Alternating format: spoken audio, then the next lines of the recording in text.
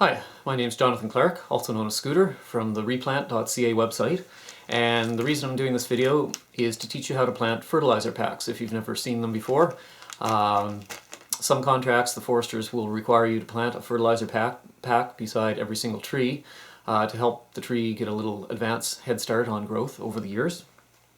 So basically, a fertilizer pack, people call them ferts sometimes, or they call them tea bags. And the reason is because they look like a tea bag.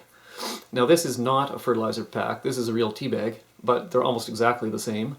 Same size, sometimes a little thicker depending on how much fert is in it. Anyway, the point of the tea bag is that it's full of these chemicals, fertilizer chemicals, that are designed to be slow release. So once they get wet, they don't just leach out and disappear immediately. They kind of slow release over a period of perhaps a year or so. And that way the tree gets nutrients for a while as it's starting to grow, the first year or two, the crucial period of its growth. So anyway, the point of planting one is when you, this is a granola bar. So let's pretend this is the roots of a seedling. I don't have a tree right here, but the roots as they grow, even though the plug goes down and the taproot on certain species goes down in the ground, most of the roots spread out from the top of the roots across the surface, and so they're just underneath the surface of the ground. And so that's why the manufacturers of these tea bags, they want them planted just underneath the surface. So if you've got a hole, a 6-8 inch deep hole where the plug's in, you don't want the tea bag falling down to the bottom of the hole. The other thing that they'll specify is they don't want the tree's roots to be touching the tea bag, because sometimes the chemicals are harsh enough that they can cause a chemical burn, a fert burn. And what happens is basically the tiny roots, the tips of the roots of the tree, are very, very fine, small hairs, and so that chemical, if it's directly touching it, it can actually kill the roots. So usually you'll be asked to plant the tea bag 3 to 4 inches away from the roots of the seedling. Now, some manufacturers have already acknowledged the fact that for plugs, it's not really such a big issue.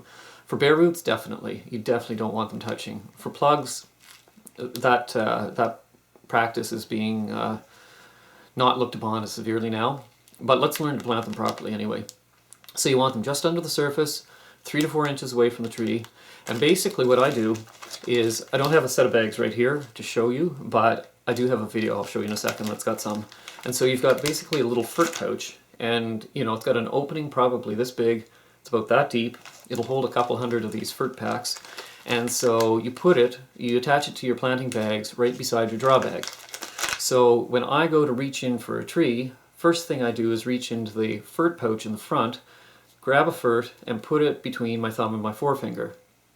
Then I'll just move my hand back a few inches, grab a seedling, okay, and so I have the seedling and the fert in my hand at the same time. Then you can go plant it. So let's watch that on a video. So you can see here I'm grabbing the fert between the thumb and the forefinger, then the tree in the rest of my hand. So once you've got those in your hand, it's simple. You dig the hole, put the tree in, make sure the tree's roots are upright, and then you drop the fert pack. And hopefully it doesn't fall down into the bottom of the hole. You can kind of make it fall up against the edge, and then you can take your fingers and just make sure that it's exactly in the right place, and then you just close the hole as normal, but making sure that there's dirt closed in between the tree and the fert pack. Okay, so let's watch that on a video here.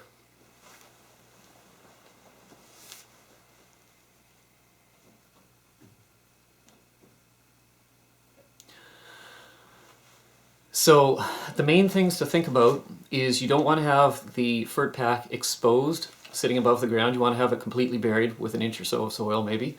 And the reason for that is they don't want it sitting there exposed to the rain, because then when the rain comes, it'll start to wash those nutrients away across the surface and they won't stay localized to the tree.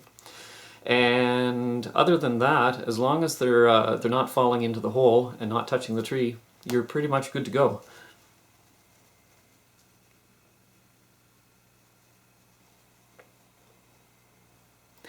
One thing you do have to pay attention to is if you're on flat ground, it doesn't really matter where you put the tea bag around the tree, but if you're on sloped ground, you'll usually be asked to put the tea bag on the uphill side of the tree, and that way as the soil gets wet and water leaches into the tea bag and nutrients start to flow out of it, they'll flow downhill. That way they'll flow and wash against the tree roots instead of flowing away from the tree. Now, obviously these shots were taken in very sandy ground and you almost never get ground this nice, but you know, that's the only shots I have of a tea bag. It's the middle of winter when I'm making this film. So hopefully this all makes sense to you. The going rate for tea bags right now is usually 3 to 5 cents depending on where you're working. So it's not necessarily a great thing for a planter, but for a forester, I guess it's usually a pretty good thing. It's a good return on investment because it really speeds up the growth of that seedling in those first couple critical years. And so for the few cents that the forester is paying to the planter and to the company and for the actual tea bag, they're getting a good head start on growth on those on that future forest. Thanks for watching.